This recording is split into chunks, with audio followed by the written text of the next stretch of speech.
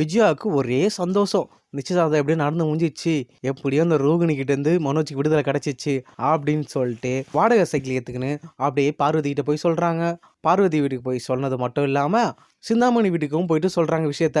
சிந்தாமணி, மனோஜுக்கு நல்லபடியா நிச்சயதார்த்தம் முடிஞ்சிச்சு. பெரிய சம்பந்தம், அமெரிக்கா சம்பந்தம். இந்த கல்யாணம் மட்டும் நல்லபடியா முடிஞ்சணும் அப்படி சொல்லிட்டு விஜயா பேசுறாங்க. உடனே சோத்து மூட்டை சிந்தாமணி, என்னடா இது எலெக்ஷன் டைம்ல இந்த விஷயத்த விட்டோம் போறேன், மனோஜுக்கு கல்யாணம் வரைக்கும் போயிடுச்சே, ஐயோ என்ன பண்றதுன்னு தெரியலையே சொல்லிட்டு யோசிச்ச சிந்தாமணி, என்ன மாஸ்டர் சொல்றீங்க, ரோகிணிக்கு இன்னும் டிவோர்ஸே கொடுக்கலையே, எப்படி கல்யாணம் பண்றீங்க அப்படின்ற மாதிரி கேட்குறாங்க சிந்தாமணி. விஜயா தான் லூஸ் ஆச்சே, ஆர்வத்தில் எல்லாத்தையும் வளரி கொட்டுறாங்க. இப்போ நிச்சயதார்த்தம் முடிஞ்சிச்சா, அப்படியே யாருக்கும் தெரியாம கல்யாணம் பண்ணிட்டு மனோஜ் அப்படியே அமெரிக்கா அனுப்பிச்சிருவேன், டிவோர்ஸ் கிடைக்கிறப்ப கிடைக்கட்டும், இந்த ரோகிணி தலைமுழுனா போதும் அப்படின்னு இருக்குன்ற மாதிரி சொல்றாங்க விஜயா. உடனே சோத்து மூட்டை சிந்தாமணி, ஆமா மாஸ்டர் நீங்க சொல்ற ஐடியா கூட நல்லா தான் இருக்கு. கல்யாணம் ஆகிட்டு அவங்க அமெரிக்கா போயிட்டாங்கன்னா எப்படி ரோகிணிக்கு தெரியும், அப்புறம் கோர்ட்டு எப்போ ஏறிங்கோ அப்போ மட்டும் வந்தால் போதும்ல, நல்ல ஐடியாவாக இருக்கேன் மாஸ்டர், இப்போலாம் நீங்கள் கூட நல்லா யோசிக்க ஆரம்பிச்சிட்டிங்க மாஸ்டர் அப்படின்ற மாதிரி சொல்கிறாங்க சிந்தாமணி. இந்த விஜயா ஆனால் சும்மாவா, இந்த ரோகிணி இங்கே இருக்கிறதுனால தானே மனோஜ் அடிக்கடி டார்ச்சர் பண்ணிட்டே இருக்கா. இதோட ரோகிணி கண்ணிலேயே பட மாட்டான் மனோஜோட லைஃப்பை எப்படி செட்டில் பண்ணணும்னு எனக்கு ஐடியா கிடச்சிச்சு. மனோஜ் சந்தோஷமாக இருக்க போகிறான் அமெரிக்காவில், அதுக்கப்புறம் நான் கூட அமெரிக்கா போய் செட்டில் ஆகிடலான்னு நினைக்கிறேன் சிந்தாமணி அப்படின்ற மாதிரி சொல்கிறாங்க விஜயா. உடனே சிந்தாமணி சொல்கிறாங்க, மாஸ்டர் அப்போ அமெரிக்கா போயிட்டு வரும்போது ஏதாவது எங்களுக்கு வாங்கிட்டு வாங்க அப்படின்றாங்க. கண்டிப்பாக சிந்தாமணி, நீங்கள் கலப்படுறீங்க, அமெரிக்காவில் பெரிய பிஸ்னஸ்மேன் அவங்க, எல்லாமே இருக்கும் அவங்களுக்கு, அப்படியே ஜாலியாக போய் அங்கே சுற்ற போகிறேன். இங்கே தான் இதோ இவரை கல்யாணம் பண்ணிக்கிட்டு இன்ஜின் டிரைவர் வாழ்க்கையே ஓட்டிட்டேன், இப்போ மனோஜால் எனக்கு ஒரு புதிய லைஃப் அமைய போகுது அப்படின்ற மாதிரி விஜயா சொல்கிறாங்க. உடனே சிந்தாமணி சொல்கிறாங்க, சூப்பர் மாஸ்டர், உங்கள் ஐடியா கூட சூப்பராக இருக்குது, சீக்கிரம் கல்யாணத்துக்கு கூப்பிடுங்க அப்படின்னு சொல்லிட்டு சிந்தாமணியை அனுப்பிட்டு விஜயாவை உடனே சிந்தாமணி ஒரு வாடகை சைக்கிள் எடுத்து போயிட்டு ரோகிணிக்கிட்டே எல்லா விஷயத்தையும் போய் கொட்டுறாங்க.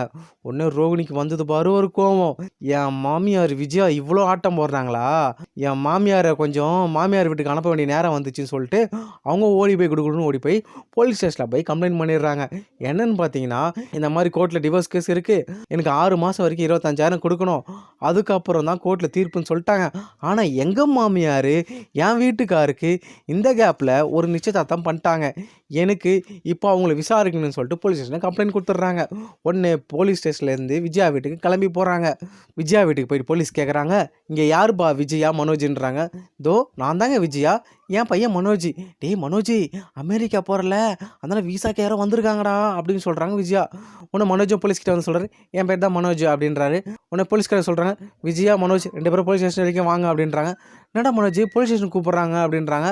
உடனே அண்ணாமலை கேட்குறாரு, எதுக்கு இவங்க 2 பேரும் போலீஸ் ஸ்டேஷன் கூப்பிட்டு போகிறீங்க அப்படின்னு கேட்குறாங்க. அப்போ தான் போலீஸ்காரங்க சொல்கிறாங்க, இவருக்கு டிவோர்ஸ் கேஸு கோர்ட்டில் இருக்கும்போது இவருக்கு நிச்சயதார்த்தம் பண்ணியிருக்கதா இவங்க ஒய்ஃப் ரோகிணி இருக்காங்களே அவங்க கம்ப்ளைண்ட் பண்ணியிருக்காங்க அப்படின்றாங்க.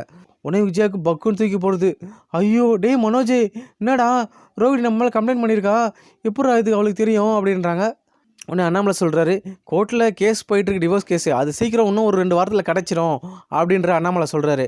உடனே போலீஸ்காரர் சொல்கிறாங்க, இல்லையே அப்படிலாம் இல்லை, இன்னும் 6 மாதம் தீர்ப்பே தள்ளி வச்சிருக்கா தானே அவங்க கம்ப்ளைண்ட் பண்ணியிருக்காங்க, நீங்கள் எதுவாக இருந்தாலும் போலீஸ் ஸ்டேஷனில் வந்து பேசுவீங்க அப்படின்னு சொல்லிட்டு விஜயாவும் மனோஜையும் கூப்பிட்டு போயிடுறாங்க.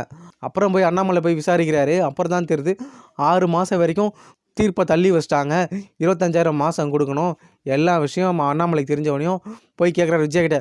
என்ன விஜயா இது மாதிரிலாம் சொல்கிறாங்க, இதெல்லாம் உனக்கு உண்மையிலே தெரியும், ஏன் சொல்ல அப்படின்னா, இல்லைங்க நீங்கள் விஷயத்தை வீட்டில் சொன்னால் நிச்சயதார்த்தம் நடக்கூடாமல் தடுத்துருவீங்களோன்றக்காக தாங்க சொல்ல அப்படின்னு சொல்லிட்டு விஜயா சொல்கிறாங்க. உடனே அண்ணாமலை விஜயாவும் மனோஜ் போய் திட்டாரு, உங்கள் 2 பேருக்கும் கொஞ்சமாவது அறிவு இருக்கா, மனோஜ் நீ தான் படிச்சிருக்கே, உனக்கு கொஞ்சமாவது அறிவு இருக்கா, இந்த மாதிரி கோர்ட்டில் பிரச்சனை நடக்கும் போது இந்த மாதிரி நம்ம பண்ணால் நம்ம மேலே தானே ஆப்போசிட்டாக திரும்பும், இப்போ நம்ம தானே ரோகிணி வேணும்னு இதெல்லாம் பண்ணுற மாதிரி தெரிஞ்சிடும், கொஞ்சம் கூட யோசிக்காமல் திரும்ப முட்டாள்தனமே பண்ணிட்டுருக்கீங்களே, இதுலேருந்து எப்படி தான் உங்களை மீட்டு வருதுன்னு எனக்கு தெரியலையே அப்படின்னு சொல்லிட்டு அண்ணாமலை புலம்புறாரு. உடனே ரோகிணி விஜய் கிட்ட போய் சொல்கிறாங்க, என்ன அத்தை எனக்கு தெரியாமல் வேறு மருமவை பார்த்துட்டீங்க பொழுது, நான் இருக்கும் போது விட்டுருவேனா, பாருங்க என்ன நடந்தாலும் மனோஜ் தான் என் புருஷன், நான் தான் மனோஜ் பொண்டாட்டி, வேற யாரையும் நான் விட மாட்டேன் அப்படின்னு சொல்லிட்டு ரோகிணி சவால் விடுறாங்க.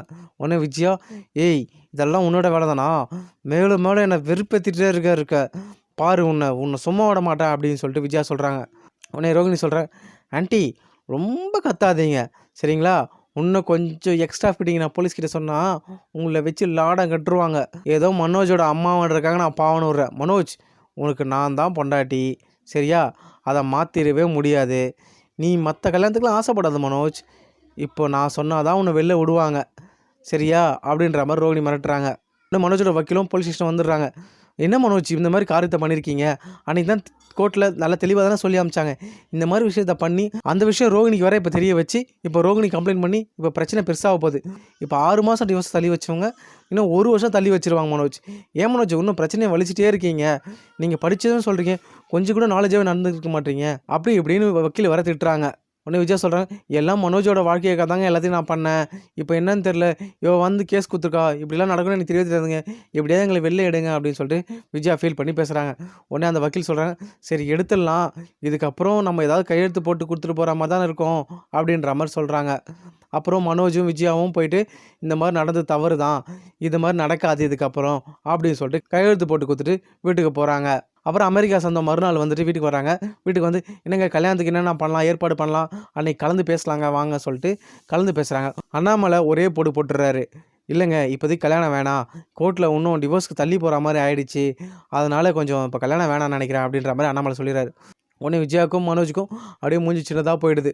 ஐயையோ நல்ல சம்மந்தம் போச்சே அப்படின்ட்டு. உடனே அமெரிக்கா சொந்தமும் கோவப்படுறாங்க. இன்னாங்க உங்களை நம்பி நாங்கள் நிச்சயதார்த்தம் வரைக்கும் வந்துட்டோம், இப்போ இப்படி சொல்கிறீங்களே அப்படின்னு சொல்லிட்டு அவங்களும் கோச்சிட்டு போயிடுறாங்க. இப்போ மனோஜுக்கு எப்படி கல்யாணம் நடக்கும்னே ஒன்றுமே புரியல அப்படின்றத நாளைக்கு பார்க்கலாம்.